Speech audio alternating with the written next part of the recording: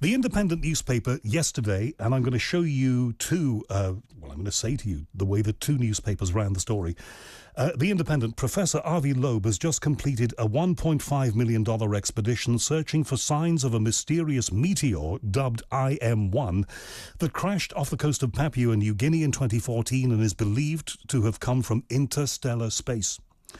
Avi Loeb told The Independent he oversaw a team of deep-sea explorers who found 50 tiny spherules, little tiny metallic spheres they are,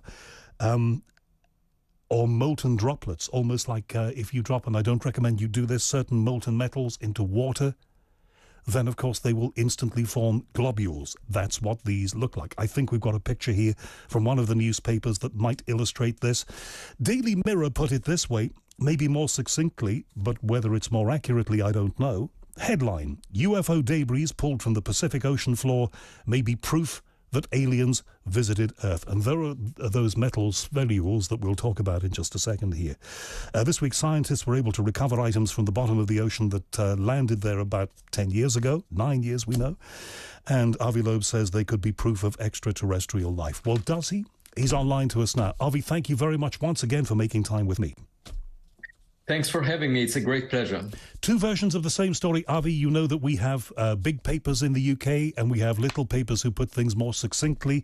The Daily Mirror that puts things more succinctly says, implies that you think that they may be proof, these things that you found there, that aliens once visited Earth. Is that what you meant?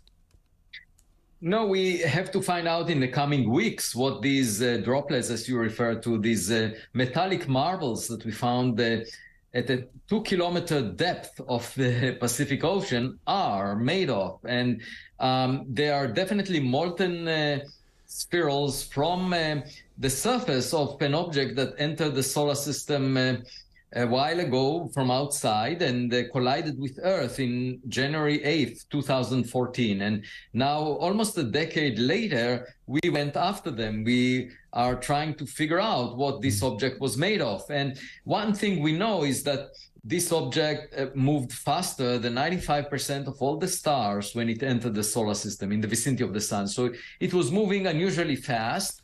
And moreover, from the fireball of this meteor, we know that it was tougher than most space rocks that we are familiar with. 272 of them in the NASA catalog of meteors. It was tougher than iron meteorites. So it was made of a material that does not resemble solar system rocks. And by examining the remnants from this object, we can figure out what it was.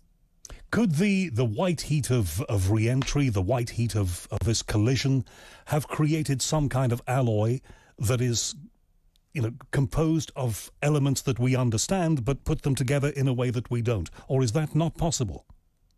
Well, we understand what can happen as a result of entering the atmosphere, and what we find are the molten droplets that fell from the surface of this object. Now, by analyzing them, we can figure out what the object was made of. And also we can, in principle, date it, because we already found some radioactive elements in it that have a finite lifetime. So we can figure out what the age of this object is. And if it's longer than the age of the solar system, we know it came from outside. And in principle, we can even figure out from which star it came from, because we know the velocity that it had before entering the solar system. And by multiplying that velocity by the duration of the journey, we can figure out where it came from. So stay tuned, because we are currently analyzing the data.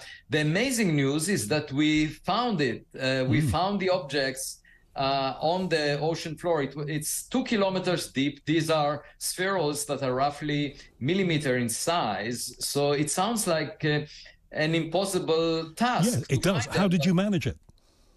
Well, we used the magnetic sled that we dragged on the ocean surface, and it attracted the magnetic particles. And most of them were volcanic ash, black powder.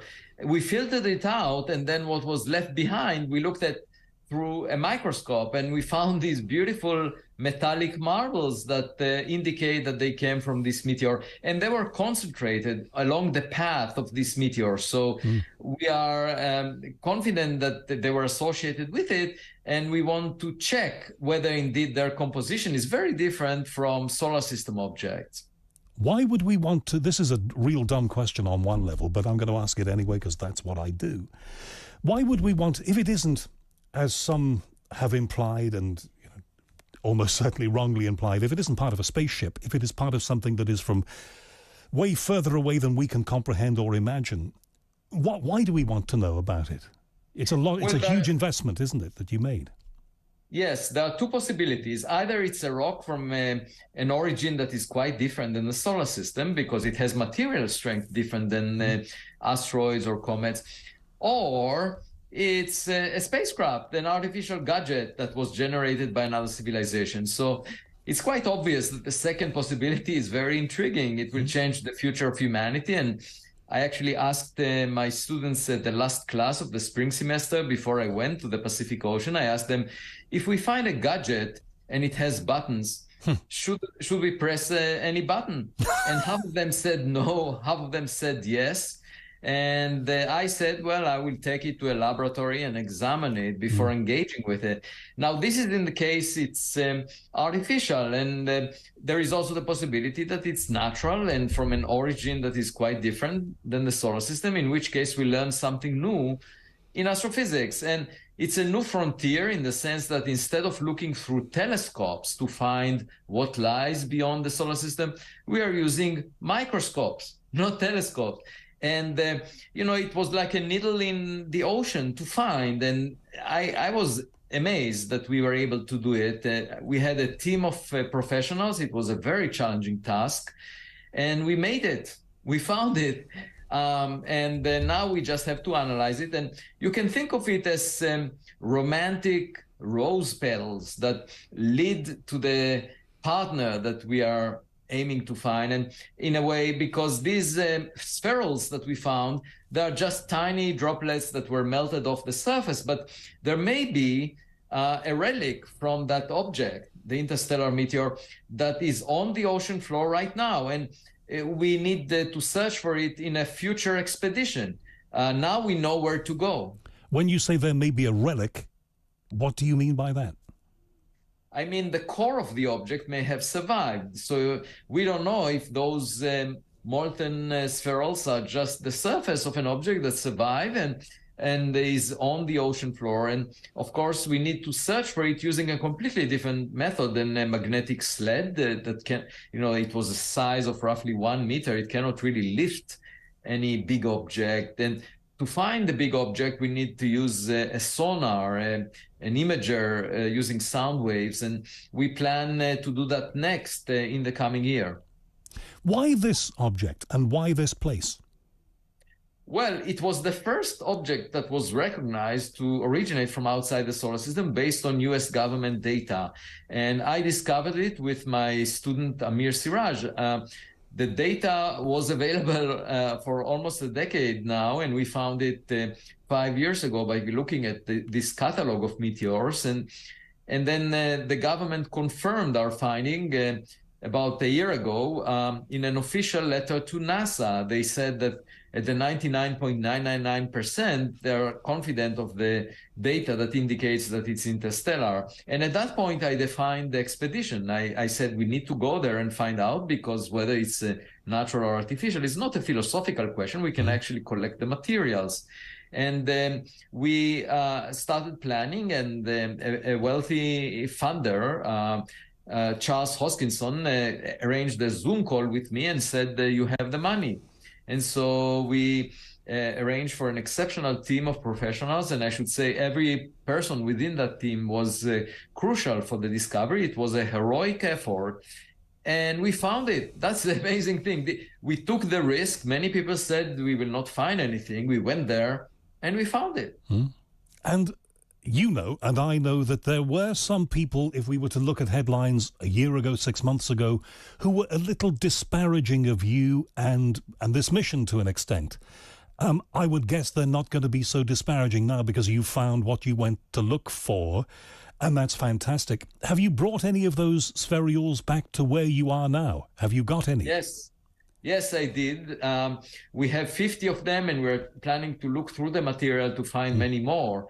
And all I can say is, what a wonderful world, right? Yeah. That you just take the risk, you go there, despite all the naysayers, and you find it. I don't need to say anything to the naysayers. It's a waste of my time. I was asked to comment about things that people said, and I will not waste my time on that. What these people said is irrelevant. There was even a paper that was posted and published this week as we finished the expedition, a paper saying, oh, actually, my model of rocks in the solar system does not fit the data that the government published.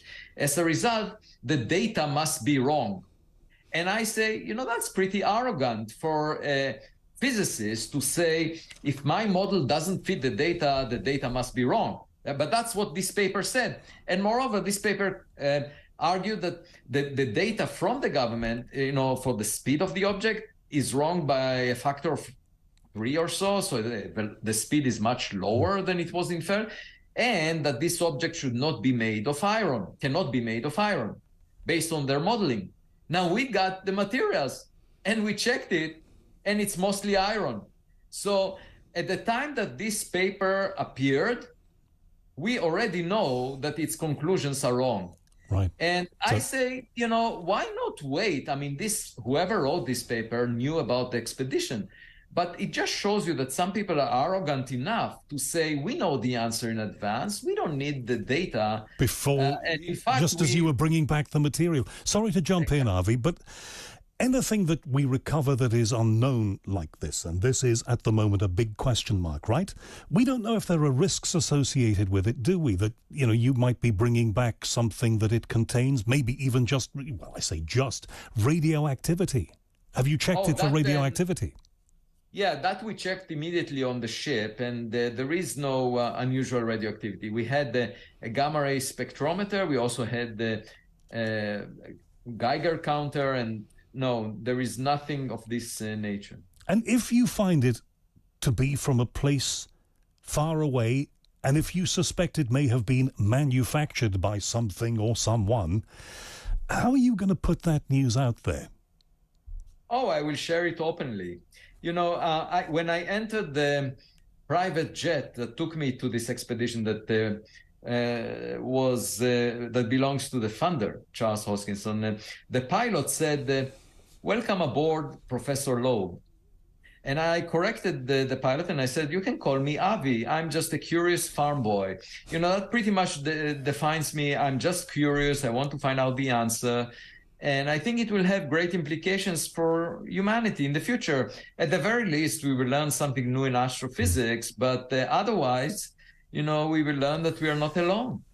How do you think, very finally and very briefly, Avi, this will fit into everything else that is happening? The revelations from David Grush, the other whistleblowers who are claimed to be coming forward, the claims that there have been back engineering projects for decades. How does what you're doing at the moment fit into that narrative? You see, I'm a scientist and I respond to evidence.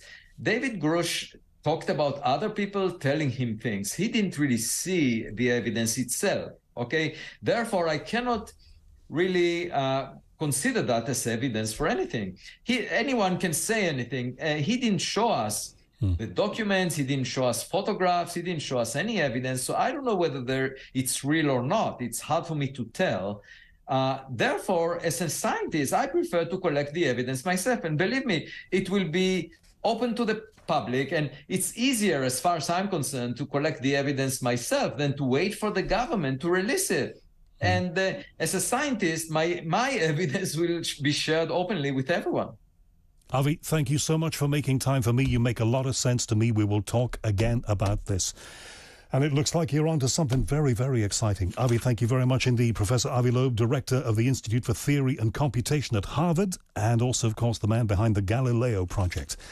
Coming next, here on the Unexplained Talk TV, it's back to the UK. Interesting developments, and we've talked about them in the last weeks to do with UAPs and UFOs, but we haven't really got too much of a British perspective, so we're about to get one with Gary Heseltine coming next here.